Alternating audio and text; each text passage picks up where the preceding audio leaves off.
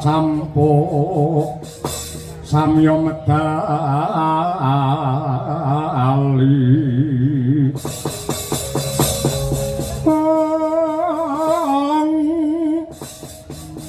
pertatet wileting kata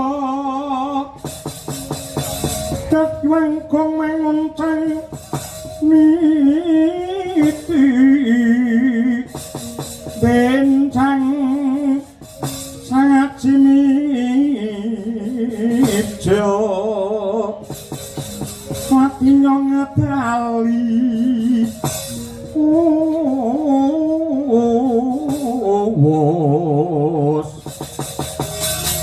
terus kasurawi lopo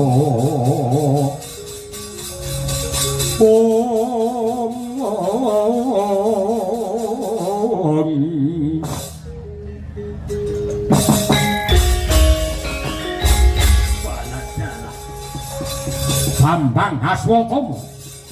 kawula nuwun wonten timbalan kang dawuh Raden Kartomarma Nadyanta Bratayuda wis rampung para Pandhawa antuk kamenangan nanging nyatane Ripalungguhan iki wong Ngastina para Sata Kurawa mligine kekesete Sinuwun Prabu Duryudana urung tak resik durung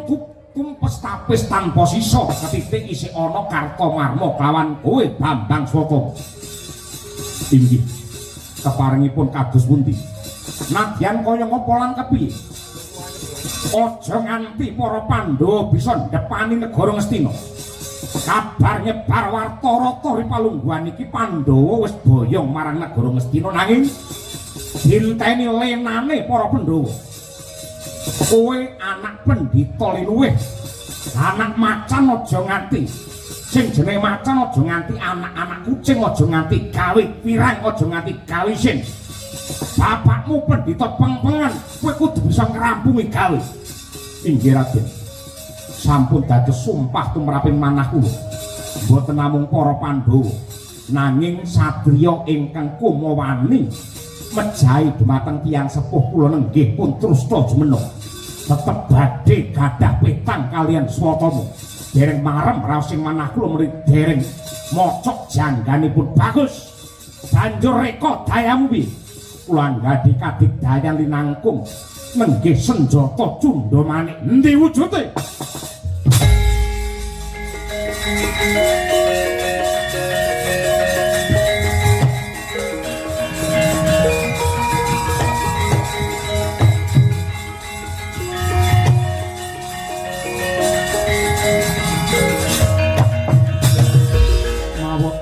kakrajang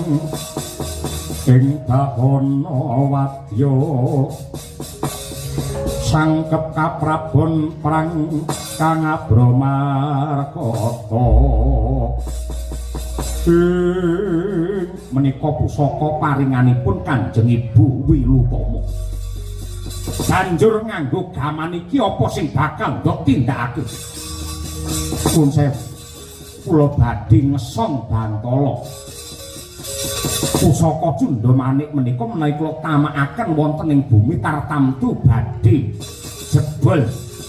kula kepengin nglandhak jebol bumi saking sak njawining Ngastina ngantos dumugi ing kraton negari Ngastina kanthi cara mekaten wanci dalu saklebetipun Pandhawa lan keluarganipun kepati anggenipun tilem menika margi ingkang prayogi kangge besmi dumateng Pandhawa sak cindhiradangipun bagus budal dina iki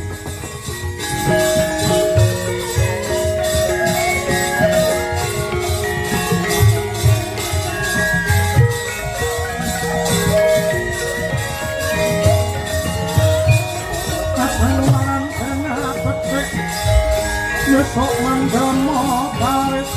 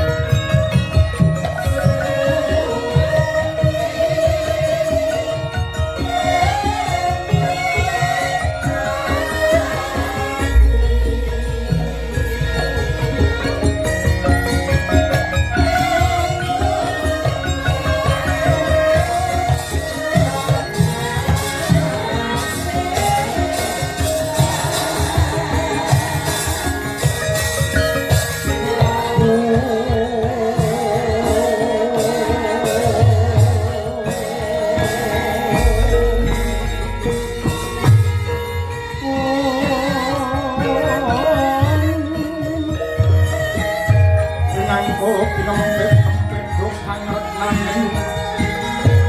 reknaning awana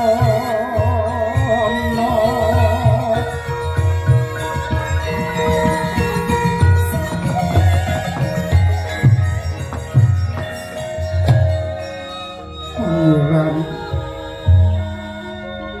wiwit laire cabang bayi putumu iki anak Abimanyu lair lanang panjenenganmu ora pirsa lan wis udakara meh sak candra parandene durung pinaringan pusaka nama kula kang mangkono aku mbae cabang bayi Sembadra nyuwun kanthi banget lawan Pangeran Arjuna ya mung panjenenganmu ingkang terlamat jip paring pusaka nama Pangeran Yayi Sembadra babar pisan orang legi semene agungé kanugrahan saka Pangeran putuku lanang pasuryane jebles karo bapakne ya kuwi Abimanyu Nun sewu Koko Prabu Puntadewa, Koko Prabu Ndarawati miwah Koko Prabu Mandura, dalah jengan ndika Kakang Mas Werkudara. Kula nyuwun palilah saha nyuwun tambahing berkah pangestu. Kula badhe paring pusaka nama dumateng putu kula menika. Nenggih kanthi akekasih Raden Parikesit.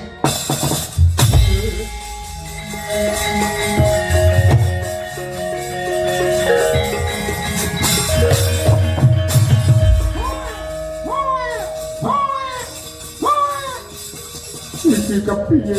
marang diwenehi jeneng tek malah budi ngayang-ngayang nangis kejet kaya mangkene.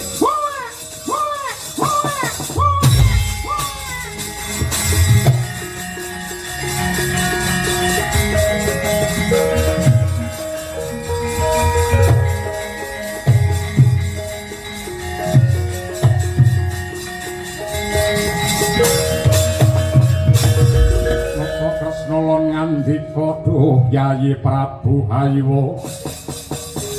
sungkawing tias mring solaing rene ira Nuwun sewu Yayi Puntadewa wonten timbalan ingkang ngadhawuh Koko Prabu Ndarawati Nuwun sewu mbok menawi wonten bab-bab ingkang andadosaken jabang bayi menika budi ngayang-ayang menapa kinten-kinten paduka wonten gembolaning kayon ing badhe mangdawaken nggih Koko Prabu Mandura saha Koko Prabu Ndarawati kanthi tangisipun jabang bayi Parikesit satemah ngemutaken dumateng janji kula karana agung labuh labetipun Abimanyu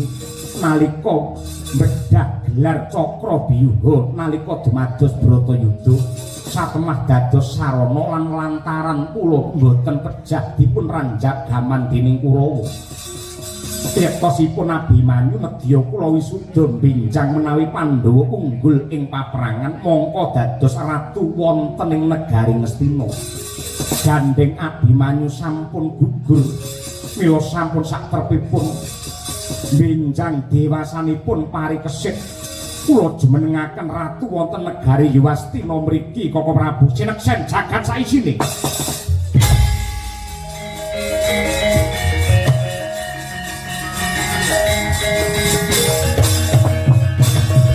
Carita kaya mangkono ceklakep jabang bayi mandheg nggenya uwun. Kaya-kaya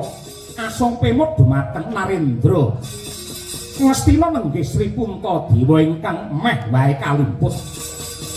Rewetnya paripurna upacara paring pusaka nama. Mangkono para priyagung sigra muji syukur mring ngarsaning Hyang Agung dasare andungkap lingsir dalu sami nyambung rasa mring Gusti Kang Maha Rasa.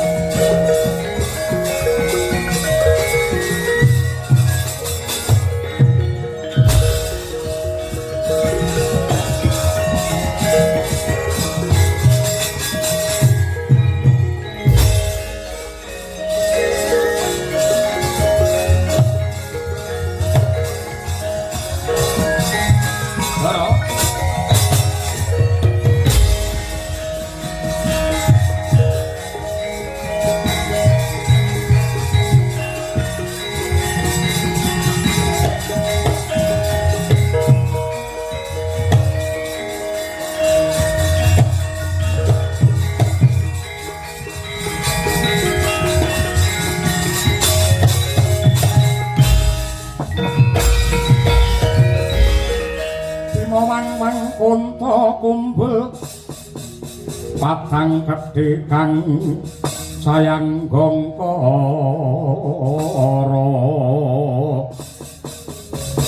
kadanira mubat mabit mulat bang kalingah lingo Warakudara ditengkakanku kepiye Nadyantori palungguhan iki para Pandhawa lagi bombong ing rasa rampung Bratayuda dasare antuk putu kang wis pinaringan pusaka nama ning ndak pundhut kanthi banget siadi aja lena ing kaprayitnaning lair batin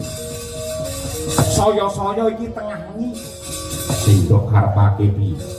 nyatane Kurawa wis entek tanpa sisa kowe aja ngucap ngono dhisik para gage itu ngendi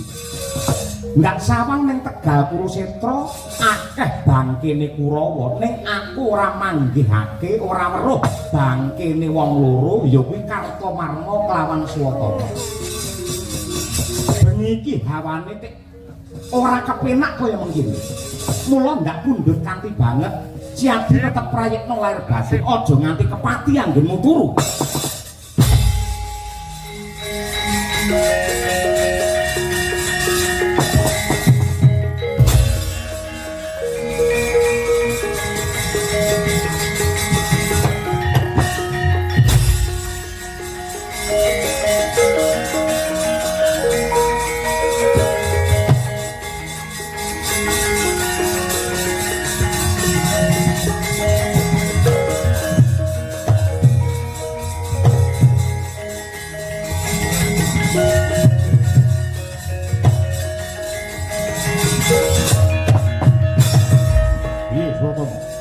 iki wis ngancik lingsir wengi bisa tak gambarake pendolan keluargane ana kedaton Ngastina kepati anggene turu inggih Raden Kartamarma kanthi cundha manik menika kula badhe ngesong Bangkala kula badhe nglandhak bumi